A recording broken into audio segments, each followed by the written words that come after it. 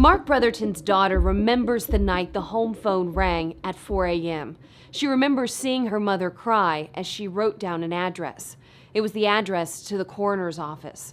But the phone call she has never gotten is the one telling her that someone has been arrested for her father's murder. But she's hoping that maybe now that will change. I can't imagine after all this time, somebody hasn't told the story to someone, somebody hasn't confessed to someone. Time hasn't faded Laura Collins' memory of her father, Mark Brotherton, a World War II veteran who served under General Patton and a founding member of Mandarin United Methodist Church, but most of all, a devoted husband and father. He would put me on his tractor and I'd ride around on the tractor with him while he was baling the hay. After retiring from JEA, Mark Brotherton opened a gas station at the corner of US 441 and I-10 in Lake City. On July 29, 1971, he was inside the store. So was a young Navy man who'd had car trouble that night. Suddenly, two men with guns approached, ripping the phone out of the wall. You can see the receiver is gone in these photos. And those two men began to rob the store.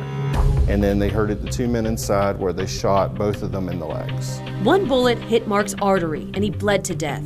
The customer survived. He was able to give detectives a description. Both men were young, likely early 20s and African American.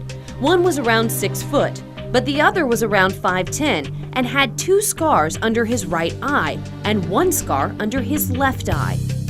Detective Sergeant Jimmy Watson with the Columbia County Sheriff's Office is working this cold case. He was able to track down evidence buried deep in storage in Tallahassee, and he tracked down the surviving witness. Though he's now in his 70s, he still has a vivid memory of that night.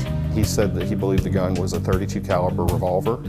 He said he was very familiar with weapons and that it was that type of weapon. It is also important to remember in 1971, I-10 was not complete. It ended outside of Lake City, so Sergeant Watson believes the men were likely local to Northeast Florida somewhere.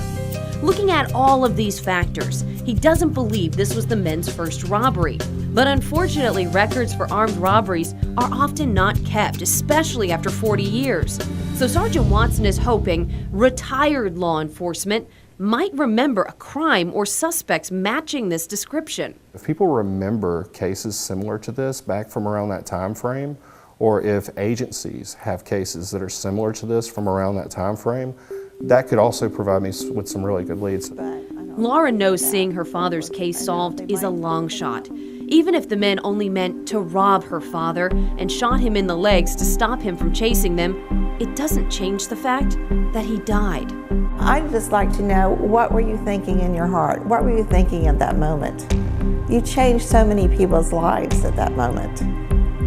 You know, I have 3 sons and 6 grandchildren. My older brother has a daughter and 2 granddaughters. My other brother has 2 daughters and a granddaughter. My father never got to see any of this. If you were in the area the night Mark Brotherton was murdered, or that suspect description sounds familiar, Sergeant Watson would like to hear from you. Call the Columbia County Sheriff's Office or Crime Stoppers. Katie Jeffries with photographer Jeff Renfro, First Coast News, on your side.